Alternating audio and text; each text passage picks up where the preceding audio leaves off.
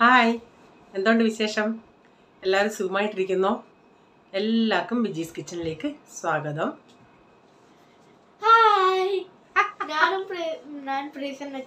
പ്രൈസൻ അച്ചാച്ചനല്ല, ഇന്നലെ എല്ലാരും പറഞ്ഞ് ഞങ്ങളുടെ അച്ചാച്ചനാന്ന് തോന്നുന്നു. ഞാൻ പ്രൈസ മോൻ.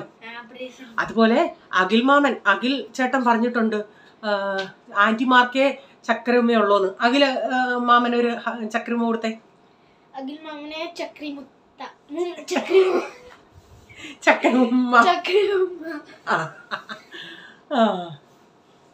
ഓക്കെ. ഇനിയും മന്ത്ലി ടെസ്റ്റ് എൻ്റെ മോൻ വന്നിട്ടുണ്ട് അടുത്ത മാസം. അപ്പം ഞാൻ പറഞ്ഞ് പോയിരുന്ന് പഠിക്കാൻ. നല്ല കുട്ടനല്ലേ, പോയി പഠിക്കത്തില്ലേ?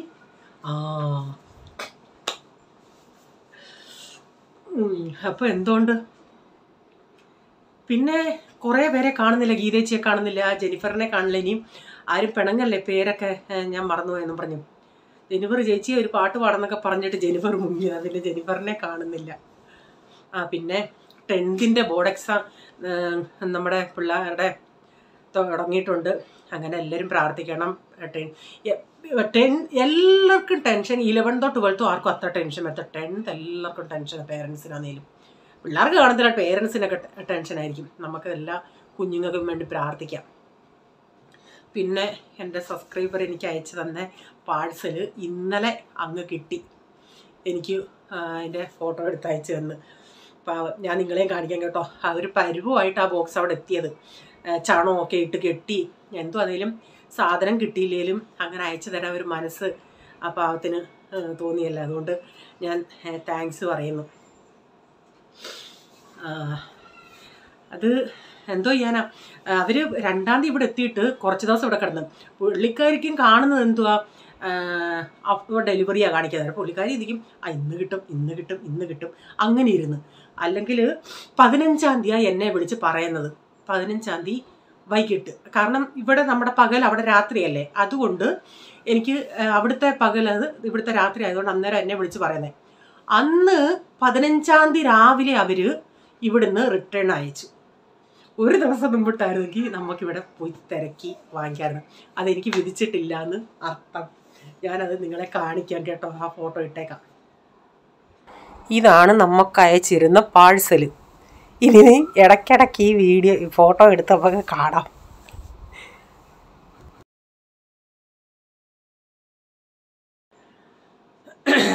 പിന്നെ ഇന്നൊരു പാട്ട്, ഒരു 4 വരി പാടാമേ.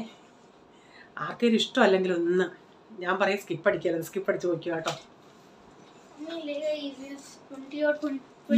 EVS അല്ല അമ്മ പറഞ്ഞ ഹിന്ദി.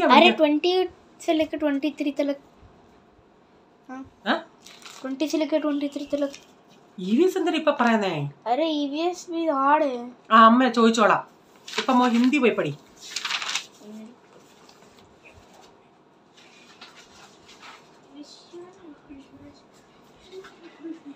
നന്ദി നന്ദി എൻ ദൈവമേ, നന്ദി എന്നേശുപരാ.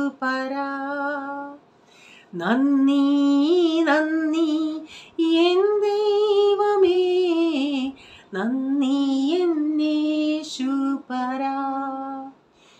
എണ്ണമില്ലാതുള്ള നന്മകൾക്കും അത്ഭുതമാർന്ന നീ സ്നേഹത്തിനും, എണ്ണമില്ലാതുള്ള നന്മകൾക്കും അത്ഭുതമാർന്ന നീ സ്നേഹത്തിനും നന്ദി നന്ദി എൻ ദൈവമേ, നന്ദി എന്നേശുപരാ. ഓക്കെ. അപ്പം പിന്നെന്തുവാ, പിന്നൊന്നുമില്ല. ഇന്ന് നമുക്ക് വീഡിയോയിലോട്ട് പോകാം കേട്ടോ. അപ്പം ഞാൻ ഇന്നുണ്ടാക്കുന്നത് ഒരു പ്രോട്ടീൻ ദോശ, അല്ലെങ്കിൽ അത് ഇഡലിയും ഉണ്ടാക്കുന്നുണ്ട്. ഇതിൻ്റെ പ്രത്യേകത എന്ന് പറയുന്നത്, അതിൻ്റെ ഒരു നെഗറ്റീവ് പോയിന്റ് എന്ന് പറയുന്നത് അത് ചൂടോടെ കഴിക്കണം, അല്ലാതെ തണുത്ത് കഴിഞ്ഞാൽ അതൊരു ഇച്ചിരി ഹാർഡായിരിക്കും. അതുകൊണ്ട് ചൂടോടെ കഴിക്കുന്നതാണ് നല്ലത്, അന്നേരം നല്ല സോഫ്റ്റ് ആയിരിക്കും. ഓക്കെ.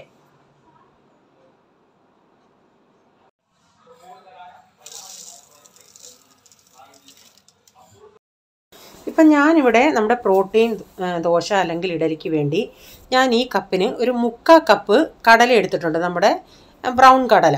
ആ 3/4 കപ്പ് കടല 3/4 എടുത്തിട്ട് അതിൻ്റെ 1/4 കപ്പോളം ഉഴുന്നെടുത്തിട്ടുണ്ട്. 1 കപ്പ് പച്ചരി എടുത്ത്, എന്നിട്ട് ഞാനിത് നമ്മൾ സാധാരണ ദോശയൊക്കെ ഉണ്ടാക്കാൻ കഴുകുന്നത് പോലെ കഴുകിയിട്ട് കുതുക്കാൻ വെച്ച്, എന്നിട്ട് വൈകുന്നേരം ആയതുകൊണ്ട് ഞാനിത് അരച്ചെടുത്തിട്ടുണ്ട്. എന്നിട്ട് ഇനി നമുക്കിത് രാവിലെ നമുക്കിത് ഉണ്ടാക്കാനായിട്ട്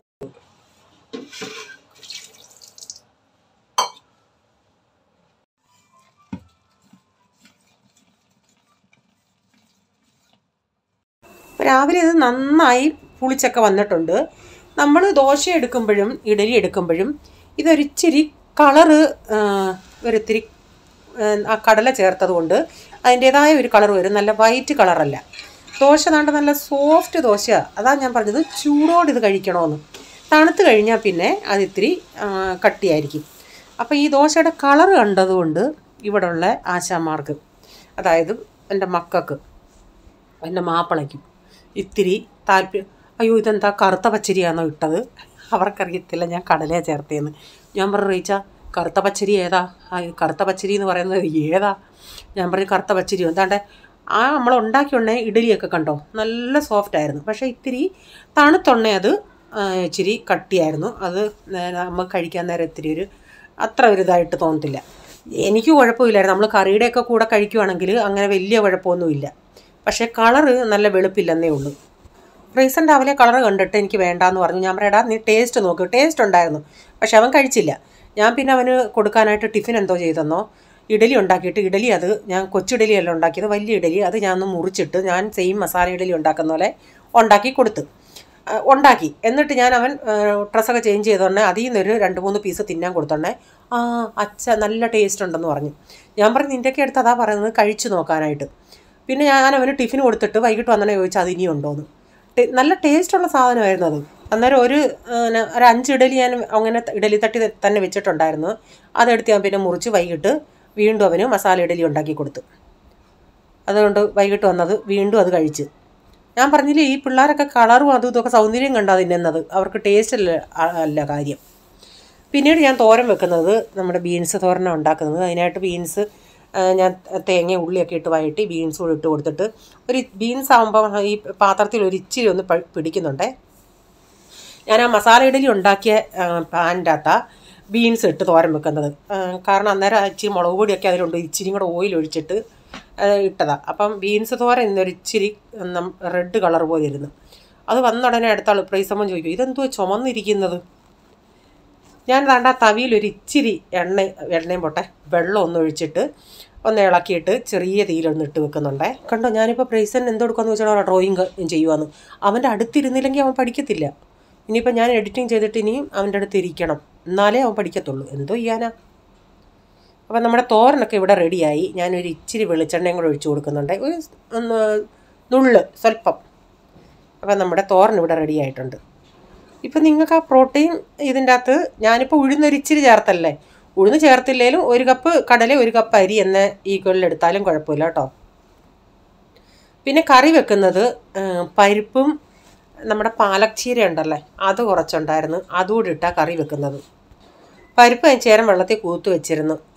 എന്നിട്ട് പരിപ്പും അതിൻ്റെ അകത്ത് ഇങ്ങനെ 2 പിടി, 1 പിടി പാലക്ക ഉണ്ടായിരുന്നു, അതുകൂടെ ഒന്ന് അരിഞ്ഞ് ചേർത്തിട്ട് ഇത്തിരി മഞ്ഞൾപ്പൊടി വെള്ളം ഒഴിച്ച് ഞാനിതൊന്ന് വേവിക്കാൻ വെക്കുന്നുണ്ടേ. അതുപോലെ എൻ്റെ സ്ഥിരം കമൻ്റ് ഇടുന്ന ഒരാളെ വിജയാനിൽ, അതിനെ ഇന്നലെ കണ്ടില്ല പുള്ളിക്കാരിയെ, മുത്തുമണിയെ. എന്തിയേ സുഖമാണോ?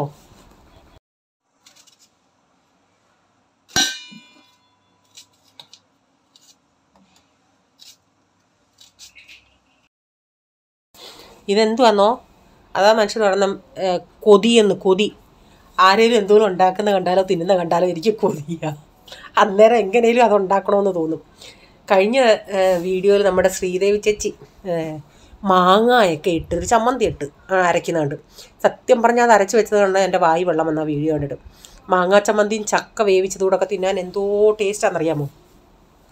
അന്നേരം തൊട്ട് ഞാനൊരു ചമ്മന്തിക്ക് ഇരിക്കുക. അപ്പം ഞാൻ ചിന്തിച്ച എൻ്റെ കയ്യിൽ ഇരുമ്പം പുളി ഇരിപ്പുണ്ടായിരുന്നു. അപ്പം ഞാൻ ഇച്ചിരി തേങ്ങായും തിരുമ്മി ഉടനെ ഉച്ചയ്ക്ക് ഇന്ന് ഊണിന് ഞാൻ ഈ ചമ്മന്തി അരച്ചിന്ന് ഉണ്ടാക്കി തിന്നുമെന്ന് വെച്ചു. വാശിയായിരുന്നു. അങ്ങനെ 2-3 കഷ്ണം ഇരുമ്പം പുളി ഇട്ട് പച്ചമുളക്, അതും ചേച്ചിയും പച്ചമുളക് ഇട്ടാണ് ചെയ്തത്. പച്ചമുളകും എല്ലാം കൂടി ഇട്ട് ഞാനൊരു ചമ്മന്തി അങ്ങ് അരച്ചു. ഇവരെയൊക്കെ ചേച്ചിന്ന് വിളിക്കാമോ എന്ന് എനിക്കൊരു ഡൗട്ടാണ്. പിന്നെ പേരെങ്ങനെ വിളിക്കുന്നതെന്ന് ഒരു ഡൗട്ട്. അപ്പം കൺഫ്യൂഷനിലാണ് കേട്ടോ. അപ്പം നമ്മുടെ പരിപ്പും പാലക്കും വെന്തു. ഞാനതൊന്ന് നന്നായി ഉടച്ചിട്ട് അതിൻ്റെ അകത്ത് അരപ്പ് ചേർത്ത്, അരപ്പിന് തേങ്ങ, ജീരകം, വെളുത്തുള്ളി ഇത്രയും കൂടെ ഒന്ന് അരച്ചിട്ട് നന്നായി അരച്ചിട്ട് ഇതിൽ ചേർത്ത് നന്നായി മിക്സ് ചെയ്ത് ആവശ്യത്തിനുണ്ട്. ഇതൊക്കെ തണുക്കുമ്പോൾ ഇച്ചിരി കുറുകും. നല്ല കറി. ഇതൊക്കെ നമ്മുടെ വയറിനൊക്കെ നല്ല ഈ പാലക്ക്. അതെല്ലാം കൂടെ ആവശ്യത്തിന് വെള്ളമൊക്കെ ഒഴിച്ച് ഒന്ന് തിളപ്പിച്ചെടുക്കട്ടെ, ഉപ്പൊക്കെ ചേർത്തിട്ട്. ഞാൻ അരച്ചോണ്ട് പറയാമല്ല കേട്ടോ. ചമ്മന്തി നല്ല സൂപ്പർ ചമ്മന്തിയായിരുന്നു. മാങ്ങാ ചമ്മന്തിയുടെ അതേ ടേസ്റ്റായിരുന്നു. ഞാൻ പക്ഷേ ഇന്നത്തെ ഉച്ചയൂണ് ഞാൻ കാണിക്കാൻ പറ്റിയില്ല.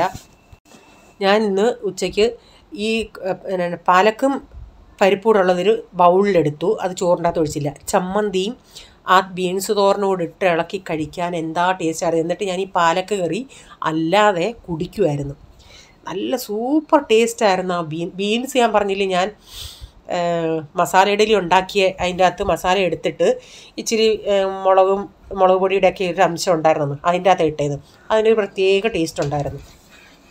അപ്പം ചമ്മന്തിയും ഇതായും കൂടെ ആയണേ അടിപൊളി ടേസ്റ്റ് എന്ന് വെച്ചാൽ നാവിൽ നിന്ന് പോകുന്നില്ലായിരുന്നു ടേസ്റ്റ്.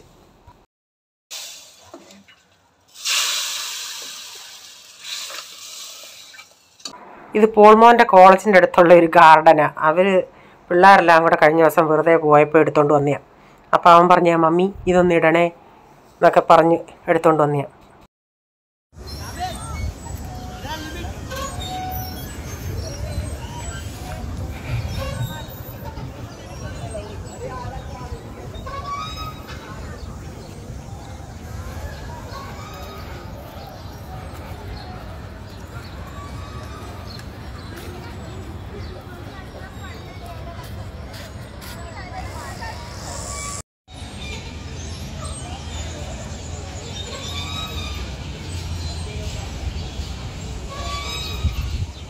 डालते क्या नाम है तेरे चैनल का? मलयालम क्या?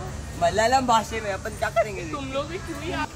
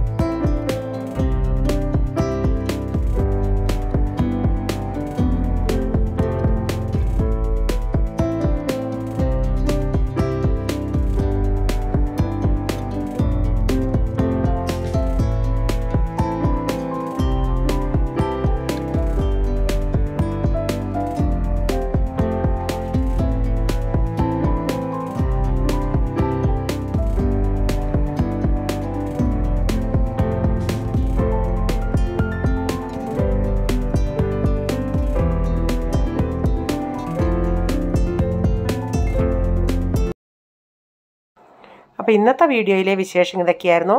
നിങ്ങൾക്ക് വീഡിയോ അല്പമെങ്കിലും ഇഷ്ടമായെങ്കിൽ ഷെയർ ചെയ്യാനും ലൈക്ക് ചെയ്യാനും കമൻ്റ് ഇടാനും മറക്കരുത്. സബ്സ്ക്രൈബ് ചെയ്തിട്ടില്ലെങ്കിൽ പ്ലീസ് ഒന്ന് സബ്സ്ക്രൈബ് ചെയ്തിട്ട് ബെല്ലൈക്ക് ബട്ടണോട് പ്രസ് ചെയ്യുകയാണെങ്കിൽ ഓൾ എന്നൊരു ഓപ്ഷൻ വരും. അതോടെ പ്രസ് ചെയ്യുകയാണെങ്കിൽ ഞാനിടുന്ന വീഡിയോയുടെ നോട്ടിഫിക്കേഷൻ നിങ്ങൾക്ക് എന്നും വരുന്നതായിരിക്കും. ഇനിയൊരു പുതിയ വീഡിയോയുമായി വരും വരെ bye. God bless you all. Thank you. Take care. Bye. See U.